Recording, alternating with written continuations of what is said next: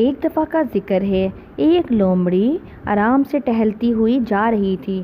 وہ بہت زیادہ بھوکی تھی کہ اچانک ہی لومڑی دیکھتی ہے کہ درخت پر ایک کوا بیٹھا ہے اور اس کی چونچ میں گوشت کا ایک ٹکڑا ہے۔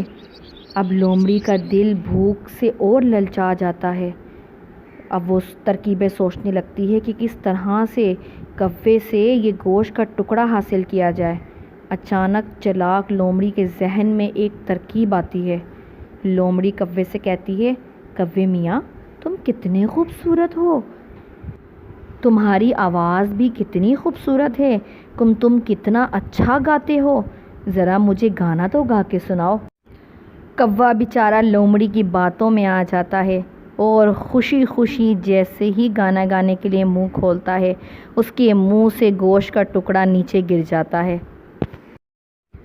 اور لومڑی اسی طاق میں ہوتی ہے، فوراً گوشت کا ٹکڑا کھاتی ہے اور وہاں سے رفو چکر ہو جاتی ہے اور کوا بیچارہ منہ دیکھتا رہ جاتا ہے۔